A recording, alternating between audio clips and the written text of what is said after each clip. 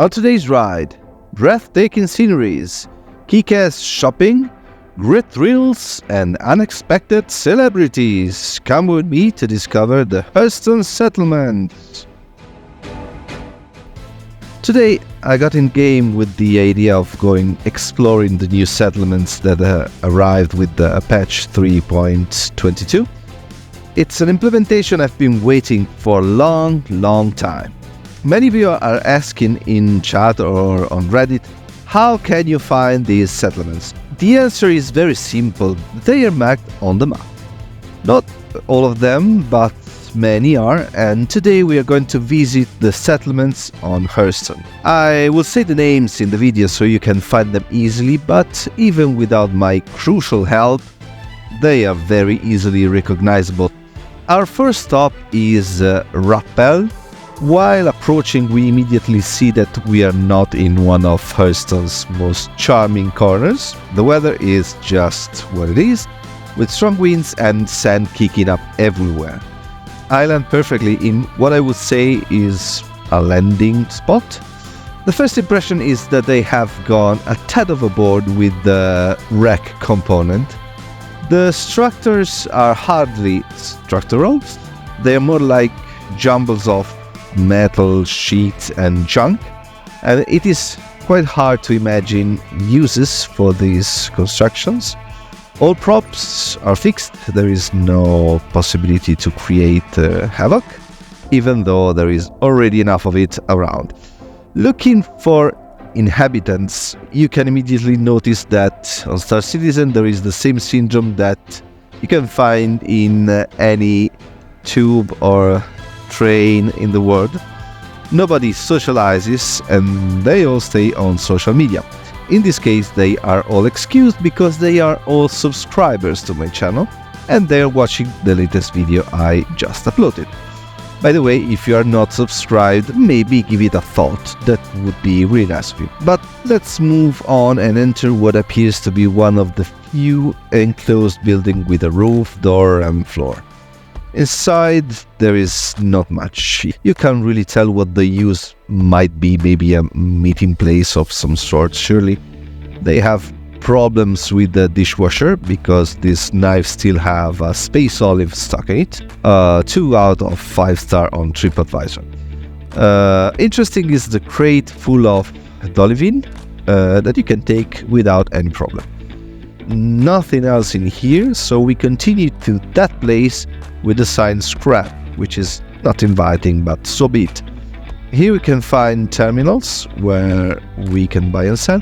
A common element in all the settlements are towers that you can climb. These allow you to enjoy the view when there is one to enjoy, but in this case it just shows how bleak this place is and nothing more. More beautiful places await us until we reach something that I would describe as spectacular. With our trusty cutter, which is a wonderful ship that I am deeply in love with, we now head towards the second settlement, Zephyr. The scenery here is certainly better, and so is the weather. Here a note for those who wish to explore the settlements directly. Approach them with caution with your ship, because as soon as you approach them and the game starts loading all the props, all the stuff, the frame per second drop like to single digits for more than a few seconds. But after a few seconds everything normalizes and you can proceed. You can see that this settlement already promises better than the previous one, at least for the view. We also land here with the precision on the X, and we immediately meet a very happy inhabitant who, as soon as we try to create a social interaction, retreats into the oblivion of his bobby glass.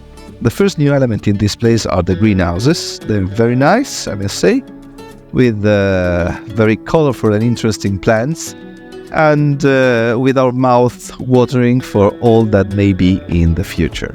We also found a shop with a handy sign saying shop for those who had doubts, and here I made my first important decision in this trip. I was exploring these places dressed very inadequately. so I had to make up for it by buying myself an outfit worthy of the Hurston settlements. There you go. How about that? And this is not a FOI problem here, it's just me making these faces. Sun on my face, the polluted air, what more do we want? Going further, we find the usual tower, which allows us here to enjoy a nice view and another view of the settlement.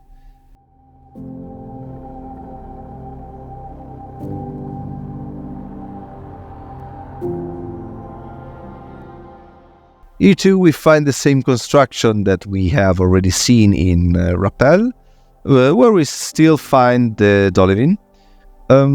Just give me a second here.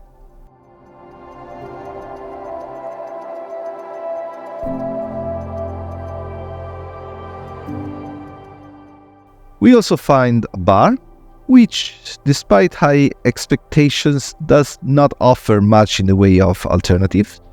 Beer here, but there's plenty at least. So I decide to stop for a second to think what I have seen so far and enjoy one beer. Repetitive constructions aside, which it's understandable, the doubt about these settlements is that they do not look like settlements. There are no houses, no beds. In short, they do not give the idea of being really inhabitable places. Well, anyway, remember not to litter and don't throw your rubbish on the ground and respect the environment always. After this short break, we set off again for the third settlement, Maker's Point. Many things will happen here, including an incredible encounter with a celebrity. The approach allows us to appreciate the proximity of a couple of romantic lakes. I skip the part with the 3 frames per second and get straight to the in-flight panorama.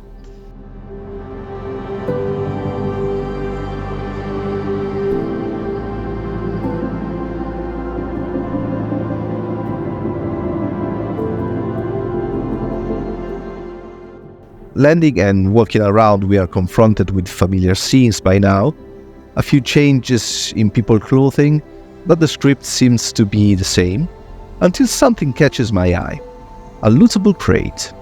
The contents are interesting, but we are serious explorers and so we are indifferent to such earthly values. Well, excuse me for a second. So we were saying, a lot of scrap here too, but at least we find a mattress. Surely this is the luxury of the chief of the village, the only one who can afford such mundanities. But the view here is certainly interesting. The best so far, I would say. Continuing my tour, I'm once again drawn to another crate. I placed my cup of undefined liquid here and set about investigating further. The contents of the crate are less intriguing, but whatever, excuse me for just 1 second. Shortly afterwards, we also find a dead body. Our morals don't allow to remain indifferent, so we have to do something to dignify this poor guy. Sorry, just 1 more second, last time, I swear. Okay, done with the dignity, we can move on. It is at this point that the unbelievable happens. Here, lost in some random settlement, the one and only Cristiano Ronaldo. After this incredible encounter, I want to try a social experiment. I want to see what happens if you point a gun at the impassive inhabitants. As expected, the reaction is just general panic, except for those who are too busy looking at kittens on their mobiGlas. Different story if you point it at more armed people.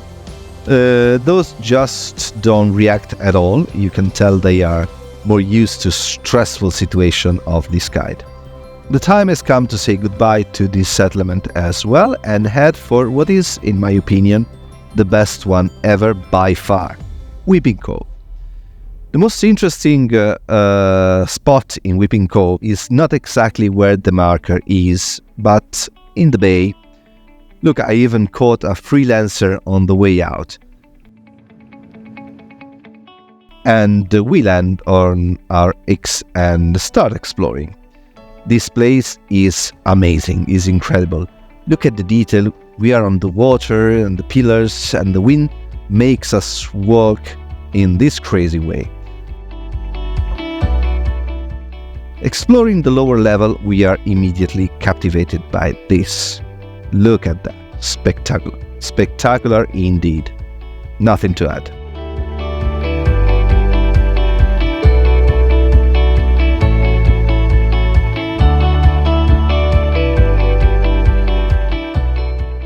Going upstairs, we find a couple of surprises. There are greenhouses here too, similar to those already seen, but here it is. The Gambling Dad. That's fantastic. We can imagine space poker games like we had in Red Dead 2. Then we also have a terminal with neutral written on it. I haven't done mission linked to these places yet, or maybe it's something related to that. Look.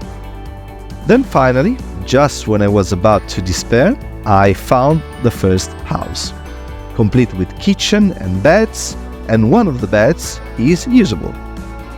Don't mind me, I always sleep like this doing crunches for my spectacular abs. Sadly, the comforts end when you look at the bathroom. That one seems like the only solution as a toilet. In a game so obsessed with toilets, this is a bit surprising. After admiring the last details, including the huge gas flaring, which is awesome, we set off to discover the other points of interest around Weeping Cove. Reaching the marker, we find an isolated building. We land to find ourselves near a bar. Unfortunately, this is exactly the same as the previous one. So there's nothing much to say, but I mean, those are the first iteration of this settlement, so it's still good this way. We take a cool walk against the light and discover that the new hair is fluorescent. Rediscoveries at every step. The last point of interest nearby is really amazing. That's a farm with crops and rows of plants.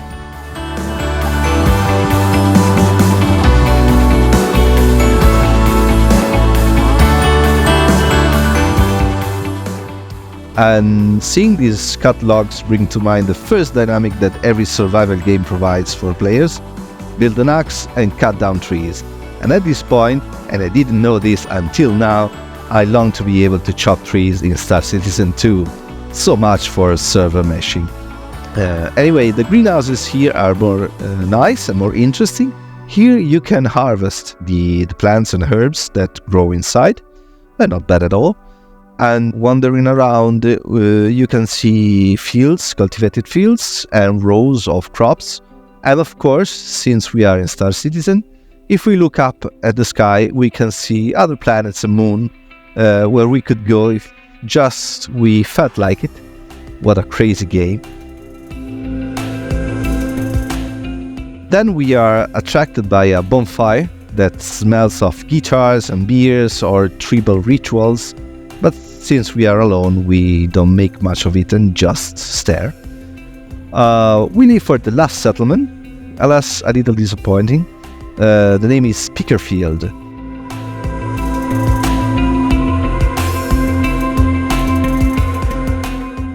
While we arrive, we find another explorer leaving the place, and we head for the only special feature of this place, which is this huge pit where toxic waste is perpetually burning.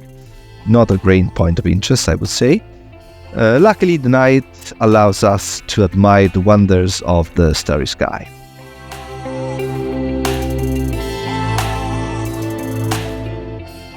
Really, there is little to see and little to add about this settlement.